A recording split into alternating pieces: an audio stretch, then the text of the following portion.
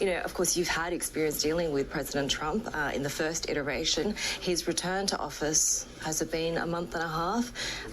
Seems very chaotic. Do you think it's been more chaotic, less chaotic? Do you think it will get more uncertain? Who knows? I mean, it has been, you've had tariffs going on, going off, going back on again.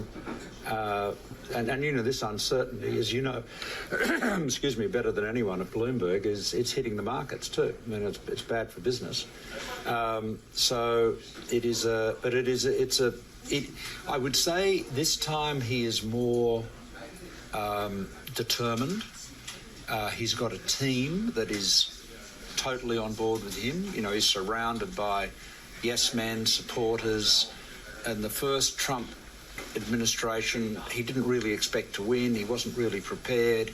He hired a lot of people that were not from his camp or his MAGA movement, and they were trying to steer him in more conventional directions. But he hasn't got that restraint now. So you're seeing a much more undiluted Donald Trump second time around. A clearer mandate, perhaps, if you will, this time? Well, he's got a mandate, but I don't think Americans will feel that would be happy if inflation starts to go up or they, go into recession. Or there's a lot of people are very pessimistic about the consequences of his policies. I mean, if this triggers a global wave of protectionism around the world, that's clearly going to be bad for business everywhere. Trump seems to have a view that America can prosper at the expense of everybody else. But that's not going to work. That's what they tried that at the time of the Depression, with the Smoot-Hawley legislation, which only made the Depression worse. It's always difficult for Australia, of course, given the huge economic dependence on China and the huge security alliance with the US. I mean, the administration has ripped up the playbook when it comes to Europe, for example, whether it's doing with Ukraine. What's the best way that Australia can manoeuvre this? Well, look, we are by no means as economically dependent on America as, for example, Canada is. So, we actually have a trade deficit with the United States, something Trump appreciates. He likes having a surplus.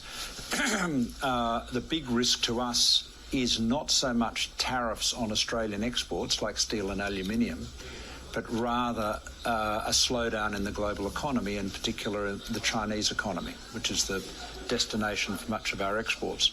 In terms of how do we handle it, look, I think we have to. We're not going to change Trump.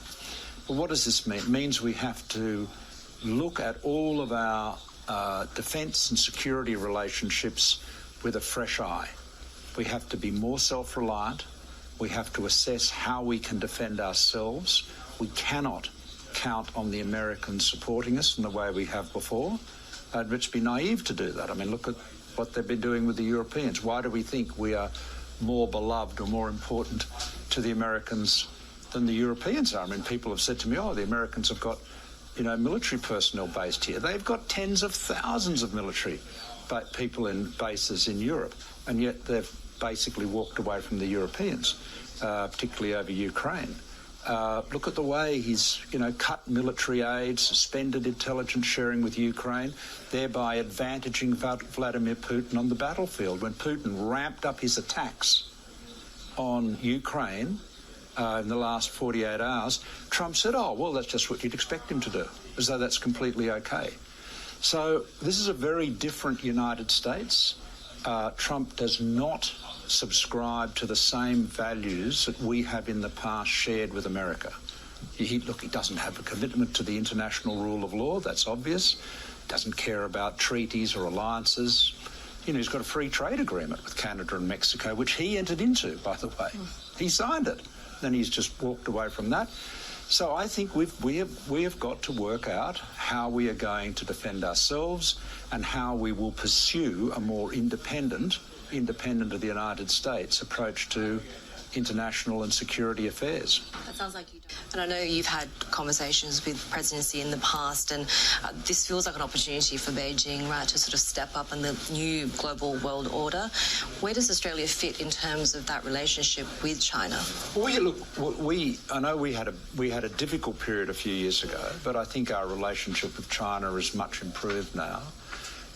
There was an unfortunate period where China overreached, frankly, and they engaged in economic coercion of Australia, and you had all of the bans on Australian exports to China. That was a mistake, and it didn't work, backfired, and it's been rolled back. So that's good. We should have a mutually respectful relationship. I think China will take advantage, massive advantage of Trump. What my prediction will be that President Xi will aim to be the exact opposite of Trump. Where Trump is chaotic, he will be consistent. Where Trump is rude and abusive, he'll be respectful. Where Trump is erratic, he will be consistent. And what that will do is build trust with countries, and there'll be many countries who will, looking at China on the one hand and Trump on the other, will find China a more attractive partner. So Trump is not just helping Vladimir Putin on the battlefield in Ukraine, which is bad enough, but by his own conduct, he's providing an opportunity for China this time to take a different approach than the one they did with Trump 1. And really, as I said, they should be the anti-Trump. I mean, they don't have to be against him, they just have to be the opposite of him in terms of style and the way of dealing with people. The way Trump looks at the moment and this is every commentator, leaders all around the world are making the same point. It appears that the more dependent you are on the United States, the closer you are to the United States, the more he feels he can extract value from you, stand over you, extort you. I mean, look at the business with Greenland. I mean, is this Denmark's reward for supporting the Americans in Afghanistan? Is that their reward? To have their Prime Minister rung up and told that her country has to cede one of its territories?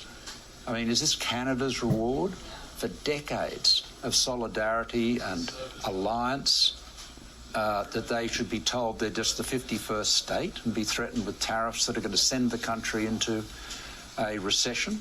This is not. Yes, he is the President of the United States, but that is really the only thing he's got in common with his predecessors. This is a very different America, led by a very different president.